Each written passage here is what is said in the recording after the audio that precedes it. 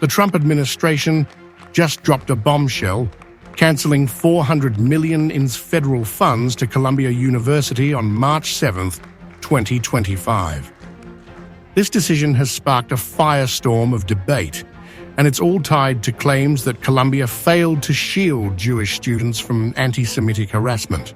It's a big move with big implications, so let's dive into what's happening.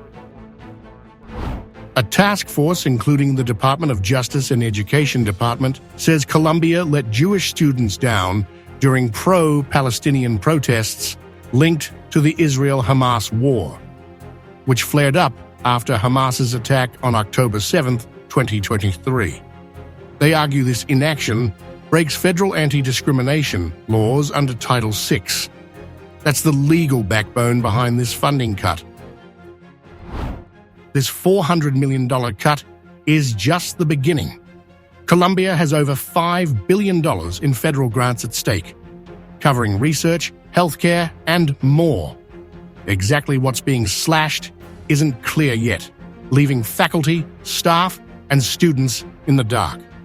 The university's vowing to work with the feds to get the money back, insisting they're serious about fixing things. Columbia became a hotspot for pro-Palestinian protests in 2024, with students setting up encampments and demanding divestment from companies tied to Israel. The Trump administration calls some of these actions illegal and anti-Semitic, but critics argue it's just political expression being unfairly punished. That's where the battle lines are drawn. Reactions are all over the map. Jewish groups like Hillel are cheering, saying it's about time Columbia faced consequences.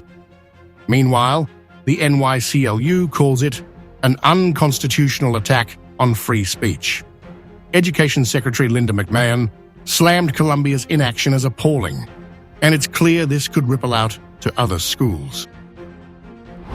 Trump's doubling down on a campaign promise to crack down on campus anti-Semitism, and Columbia's the test case. 10 universities are under DOJ investigation, with more funding cuts possibly looming.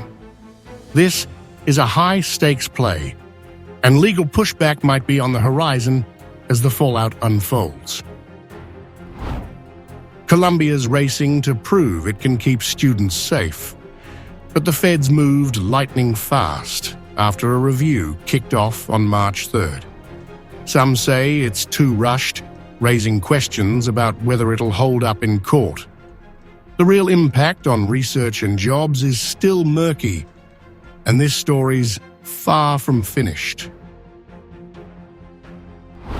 That's the situation, with Trump pulling $400 million from Columbia over anti-Semitism and protests. It's a complicated clash of politics and policy, and while the move marks a significant step in addressing campus tensions, its long-term effects remain uncertain as the dust settles.